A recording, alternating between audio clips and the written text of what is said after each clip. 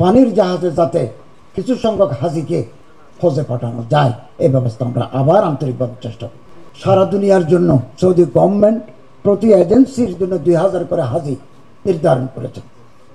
আমি সৌদি মন্ত্রীকে অনুরোধ করেছি 250 করার জন্য, 500 করার জন্য। তিনি আমাকে বললেন যে 1000 করলাম ফর দিস ইয়ার অনলি, আগামী বছর থেকে আপনার প্রতি এজেন্সি পিছনে 2000 করে হাজি লাগবে। লিড এজেন্সি করে আপনারা এটা করতে পারেন। আর 20-25 হাজার হাজি একসাথে হজে যান, ওনাদের সার্ভারও কাজ করে না।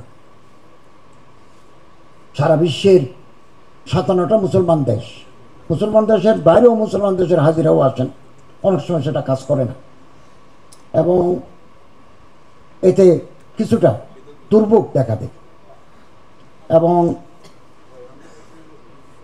আমরা হাজি সাহেবদেরকে অনুরোধ করব, আপনার আল্লাহর ঘরের মেহমান, দিয়ফুর রহমান,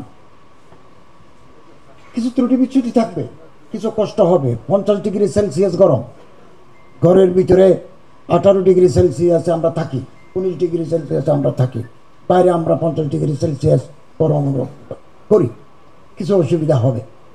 তারপরেও আমরা আপনাদের জ্ঞাতার্থে জানাই 1856 জন হজ গাইড আমরা নিয়োগ করেছি সরকারি বেসরকারিভাবে। প্রতি 46 জন একজন করে হজ গাইড থাকবেন, আপনাদের মাসালা মাসাইল শিক্ষা দিবেন, আপনাদের দেখভাল করবেন, তাদের সাথে আপনারা ভালো ব্যবহার করবেন, আপনারাও তাদের সাথে ভালো ব্যবহার করবে।